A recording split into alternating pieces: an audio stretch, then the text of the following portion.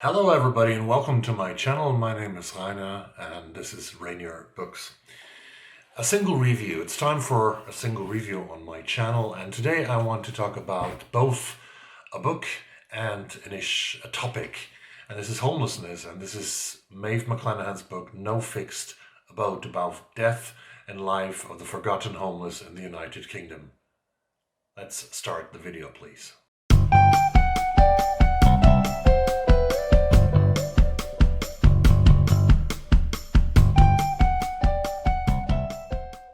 I don't know what kind of relation you have to homelessness. We all have seen homeless people in our lives, haven't we? I remember when I was in London 2 years ago. I was, I think, somewhere in Camden. I was out to buy some tea, to bring some tea from the United Kingdom home with me. And there was a young man actually who was talking to me. He said, sir, and something else. And I didn't look at him. I just passed on by. And when I passed him by, I heard him say, "We are invisible to you." He didn't meant me, only me, but he meant all the people who not look at him, who look at him, but who don't look at him and treat his like as if they were invisible, because we don't want to see the homeless. I was in the United States. My first trip to the United States was in 2017. With my daughter, we traveled to San Francisco, California, one of the most beautiful cities in North America, probably. And we walked around downtown San Francisco, and we came to, we were on a street. I don't actually know the name of the street. I can look it up and put the name on the street in the middle of this movie. But on the left side of the street, there were very poor looking, definitely homeless people. On the right side, there were businessmen. And in the middle, there were cars. And after we went to that street, after we'd been to that area, I discovered that we had come to the section where the Tenderloin meets the more business-like part of San Francisco. And that was how we saw the first homeless people in the United States, but they weren't the last. We came to Portland, where we have friends in Oregon, and we traveled from Portland to a wonderful place called Rockaway Beach at the Pacific Ocean. Because we don't have a car, we took the bus. So we traveled by the bus from Portland Greyhound Station to Tillamook. And when you go from Portland Grand Central, from the railway station to Portland Greyhound Station, that's about 150 meters, you will have to walk through a great bunch of homeless people hanging around the Greyhound Station. They're not allowed to go in there, but they just hang outside, they live outside. And along that street in downtown Portland, there are so many homeless people, and I was so shocked by the poverty they are living in and by the sheer ignorance that we, not only the people who live in Portland, not only the people who visit Portland, but also we who visited them, are treating them. But when I came to the United Kingdom in 2019, 2 business trips that I did, I came to London, went to Brighton on a private trip, and then I went to Glasgow on a business trip, and I went also to Edinburgh privately. So visiting these 4 towns, or these 4 cities, I saw really more homeless people than ever before in 2019, and I'm visiting London on a regular basis before the pandemic. So there were more and more homeless people. So I thought something is happening. More and more people are getting homeless. Then last year the pandemic came, and I heard about this book called No Fixed Abode by Maeve McClenaghan. She is an investigative journalist working at the Federal Bureau of Journalism in the UK. She's an extremely well-regarded, well-renowned journalist. She heard Maeve McClenaghan heard about this man, Tony, who had died meters away from the home where he had been living for decades. Then he got homeless, and 1 or 2 or 3 years later, he died very close to that house where he had lived for many, many decades in his late 50s. And Maeve McClenaghan got an impulse that she wanted to investigate first Tony's story, but then she also wanted to have a number of the people who die homeless in the UK. And she found out that this is very difficult to get because there was no statistics about people dying homeless in the UK, dying with no fixed abode. That's what the doctors write on them, on the death certificate when they don't have an address. They write as address, no fixed abode. So McClenaghan starts to do research, she starts to meet people, she starts to call people, and during the whole book we follow very closely in the steps of Maeve McClenaghan. This makes the book very, very gripping, and you get so close, we get so close to her, following her steps when she is researching this story that gets bigger and bigger, because she finds out about more people who have died on the streets of the UK. Tony, who died in Lowestoft in Suffolk, but then the stories of Hamid, of Jane, of Richard, of David. Some people are still alive, but she goes during the course of a year when she is doing the research for this book. She's going to a lot of funerals. She's going to a lot of houses that are being occupied by activists who try to do something for the homeless.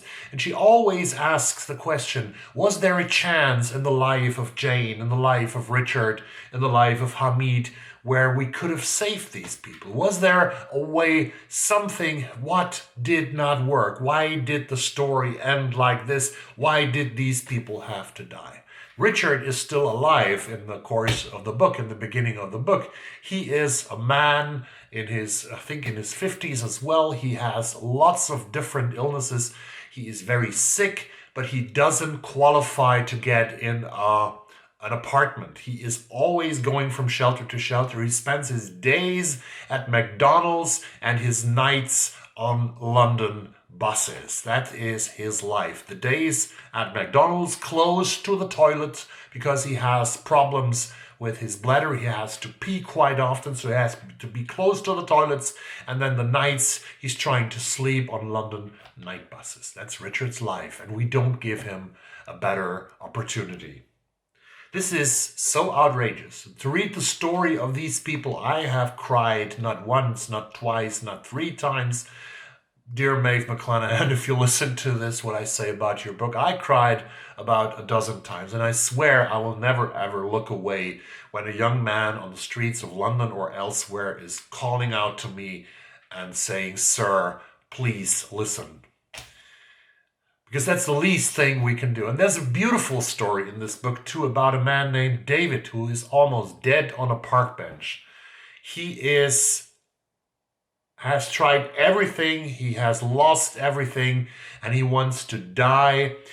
He gives up, he wants to succumb to death, but then a man comes, a park guard. In England, they close parks at 7 or 8 o'clock in the evening, and they close parks for the public, and they say, everybody out, close the park.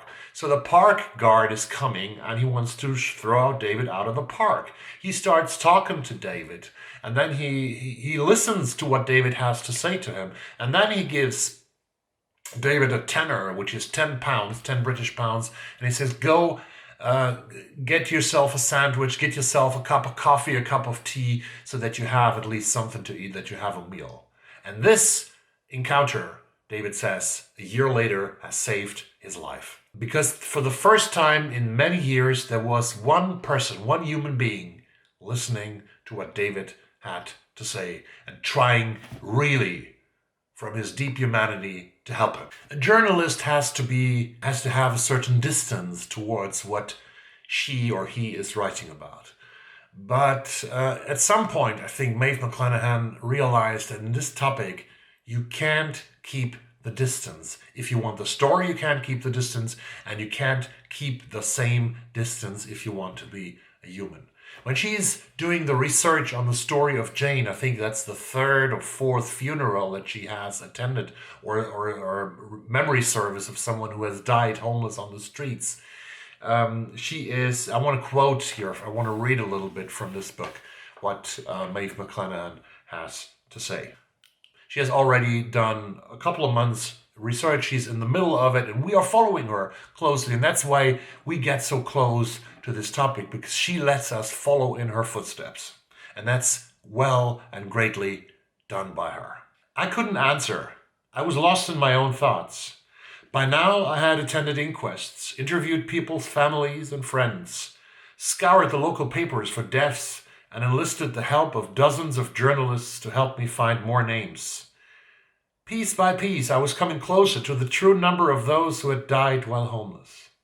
It had become a bigger mission than I could have ever imagined. I'd written up names from lists recited from memory, from scraps of paper in doctors' surgeries, from shaken day center workers. I'd extracted figures from the handful of councils that collated them and traveled the country to try and get others to start their count. I'd heard so many tragic stories of people whose lives could have gone another way if help had come at the right time. All of these names, they were adding up, weighing on me. Carden, Hamid, Tony, Fabian, name after name, life after life. The stories were haunting me. But there was something about Jane's story that stayed with me, beyond the hundreds more names I came to learn about that year. Perhaps it was the fact that the pale, smiling, red-haired woman in the youthful photographs Pam showed me didn't look hugely different from my own mother's family.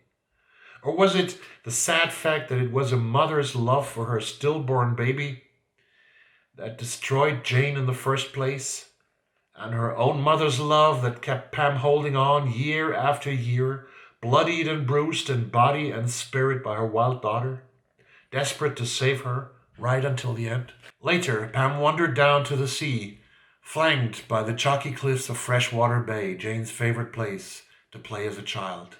She was happy here. For a time anyway, Pam thought, as she remembered her skinny, happy daughter, snaring, carefree, upwards on a trampoline. And then she slowly, sadly released her daughter back to the sky. This is a strong book. This is a graphic book because it deals with death, it deals with drugs, it deals with suicide, it deals with the ugly side of life. The ugly side that we so happily tend to ignore when we are out on the streets. But we should not ignore the fate of these people. And we should not tolerate that so many people in our countries are homeless, because a home should be a human right. A home is where everything starts, where you can have security. If you don't have a roof above your head, you have nothing. And this was mostly done in 2018, before the pandemic. And Maeve is writing in the foreword, in the preface, that she doesn't know the numbers. She doesn't have the figures of what happened in 2020 and 2021 under the pandemic and during the pandemic, when more and more people got unemployed in the US, in the UK, and everywhere around the world, and more people got homeless probably. I wanted to know some numbers, and I did some research on the internet. There's so many videos. If you leave BookTube for a while, and if you type in homeless in Los Angeles, homeless in the UK, homeless in Germany, whatever, into the search engine of YouTube, you will find lots of documentaries, and even good documentaries, about homelessness in our countries. I dived a little bit into the US because homelessness was so apparent when I was there. I was in Portland, and I looked into Portland, and Multnomah County, which is the county that is covering the most of the part of Portland, has right now 4,000 homeless people. And they say that in Oregon, they say that homelessness went up 16% in 2020, according to Sky News. In Los Angeles, California, which is one of the worst affected cities in the US, apart from New York, which is the worst city in the United States, Los Angeles canceled the homeless count for 2020 because of the pandemic. So we have to go back to 2019 to find some numbers, when they count the homeless during 3 days and 3 nights in January each year.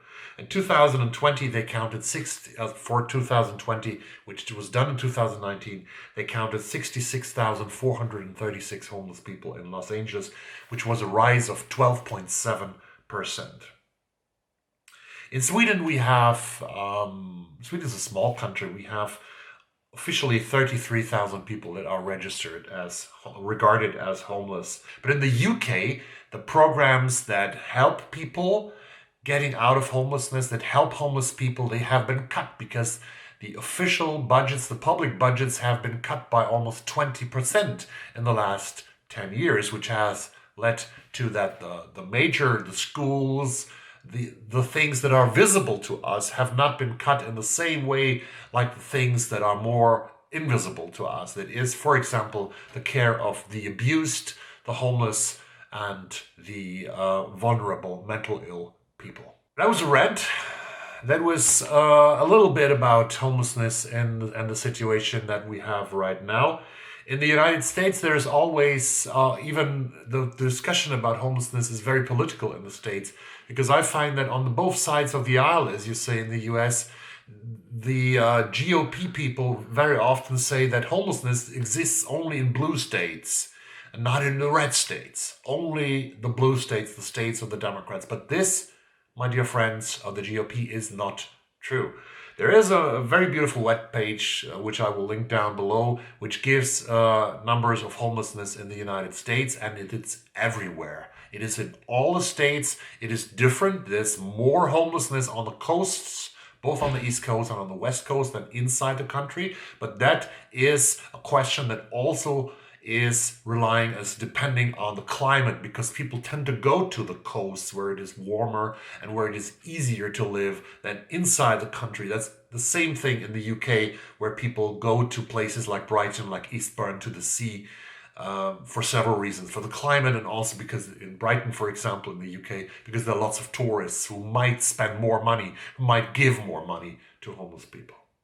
So that was a little bit about the issue of homelessness, and I hope that the point is clear. You have to read this book. There are more books. There are a couple of books written about homelessness in the US, both historically and both more concerning the situation of today. I will make a little list down below of these titles. I'm not going to discuss them here.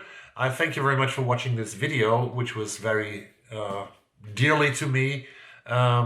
Maeve McClenaghan deserves not only one, she deserves several awards for this, and hopefully she is helping us to not forget this topic by writing this book. This is one of the best and most important nonfiction books that I have ever read.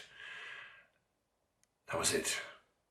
My review of Maeve McClenaghan's book, which is more a dive into a topic that we tend to ignore very dearly and very clearly. Thank you very much for watching this video. Stay safe, wear a mask, socially distance, and I see you soon on the channel on Sunday with another weekly wrap-up of week 7. Bye.